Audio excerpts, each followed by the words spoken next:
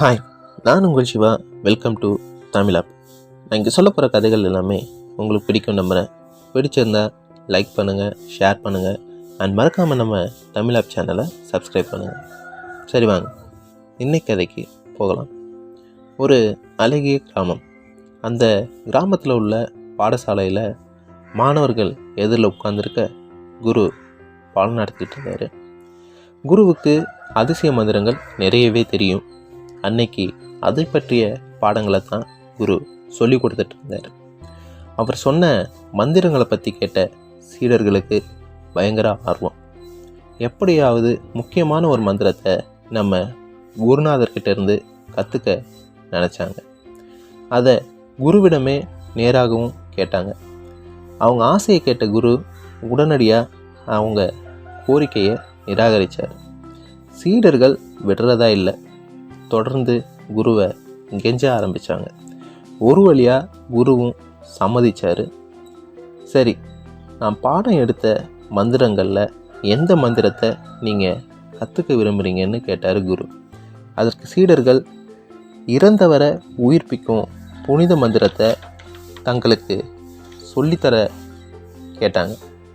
இதை கேட்ட குரு, அந்த மந்திரம் ரொம்பவே ஆபத்தானது, அது உங்களுக்கு எதுக்கு, வேறு ஏதாவது கேளுங்கன்னு சொன்னார். குருவே, தயவு செய்து அந்த மந்திரத்தை எங்களுக்கு உபதேசிக்கணும், அதை தவிர வேறு எதுவும் எங்களுக்கு வேண்டான்னாங்க சீடர்கள். பக்குவப்படாத அறிவு ஆபத்தானதுன்னாரு குரு. இது சீடர்களுக்கு புரியலை. அது எப்படி குருவே பக்குவப்படாத அறிவு ஆபத்தானதுன்னு சொல்கிறீங்க அப்படின்னாங்க. அது என்னன்னு கேட்டாங்க சீடர்கள். குரு அதுக்கு விளக்கம் கொடுத்தாரு. உதாரணமாக, இப்போ நான் உங்களுக்கு சொல்லித்தர போகிற மந்திரம் இருக்கு, அதை எப்போ பயன்படுத்தணுங்கிறத அறியக்கூடிய ஞானம் ஏற்படுற வரைக்கும் அதை தெரிஞ்சிக்காமல் இருக்கிறது தான் நல்லது, இல்லைன்னா ஆபத்துன்னாரு.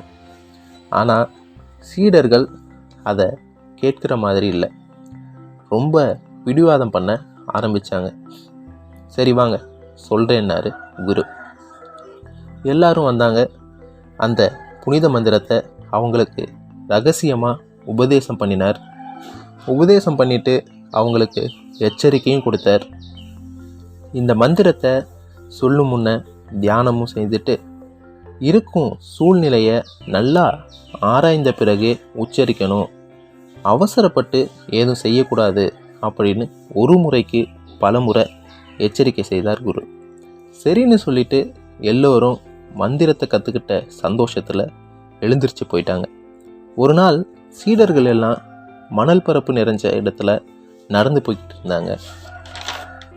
அந்த சமயம் அவங்களில் ஒருத்தன் அங்கிருந்த பாறைக்கு பக்கத்தில் எலும்புகள் குவியலாக கிடக்கிறத கவனித்தான். இதை பக்கத்தில் இருந்த மற்றவங்க கிட்ட சொல்ல எல்லோரும் ஒன்று கூடி அது எதோட எலும்பாக இருக்கும்னு யோசிக்க ஆரம்பித்தாங்க. அப்போ அவர்களில் ஒருத்தன் சொன்னான், எதுக்கு இவ்வளோ யோசிச்சுக்கிட்டு, அதான் குரு சொல்லி கொடுத்த மந்திரம் இருக்கே, அதை பயன்படுத்தினா இந்த எலும்புக்கு உயிர் வந்துட போகுது அப்படின்னு சொல்ல எல்லோரும் அதை ஆமோதிச்சாங்க. உடனே கொஞ்சம் கூட யோசிக்காமல் தியானமும் செய்யாமல் மந்திரத்தோட பயனை சோதித்து பார்க்க எண்ணி அந்த மந்திரத்தை உச்சரித்தாங்க. அவ்வளவுதான்.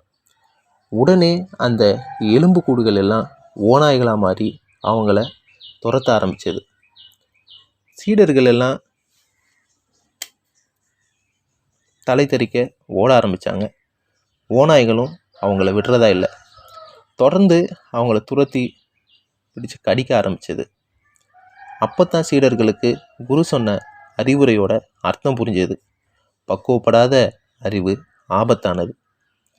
இதிலிருந்து நாம் தெரிஞ்சிக்க வேண்டியது, நாம் நம்ம அறிவை எவ்வளோ தான் வளர்த்துக்கிட்டாலும் அது மட்டும் போதாது.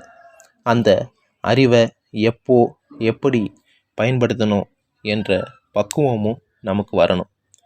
அப்போ தான் நம்ம வாழ்க்கை நல்லபடியாக அமையும், இல்லைன்னா எப்போவும் இடைஞ்சல் தான். இந்த காலத்தில் சின்ன பிள்ளைங்களே ரொம்ப பக்குவமாக இருக்காங்க. ஒரு சின்ன பையன் பள்ளிக்கூடத்தில் மார்க் லிஸ்ட் கொடுத்தாங்க. வாங்கிட்டு அவசர அவசரமாக வீட்டுக்கு ஓடினான். எதிரில் ஒருத்தர் வந்தவர் கேட்டார், என்ன அவசரம் தம்பி, ஏன் இப்படி வேகமாக ஓடுற அப்படின்னாரு. எங்கள் அம்மா கிட்ட அடி வாங்கணும், அதுக்காக தான் ஓடுறேன்னா அந்த பையன். அடி வாங்கிறதுக்காக இவ்வளோ அவசரமா அப்படின்னாரு அவர். அப்படி இல்லைங்க, நான் போகிறதுக்குள்ளே எங்கள் அப்பா வீட்டுக்கு வந்துட்டாருன்னா அவர்கிட்ட அடி வாங்க வேண்டியிருக்கும், அதை அவாய்ட் பண்ணுறதுக்காக தான் இப்படி ஓடுறேன் அப்படின்னா அந்த பையன். ஓகே கைஸ், மீண்டும் ஒரு நல்ல கதையோடு உங்களை சந்திக்கும் வரை உங்களிடமிருந்து விடை பெறுவது உங்கள் சிவா. மறக்காமல் நம்ம தமிழ் ஆப் சேனலை சப்ஸ்கிரைப் பண்ணுங்கள். பாய்.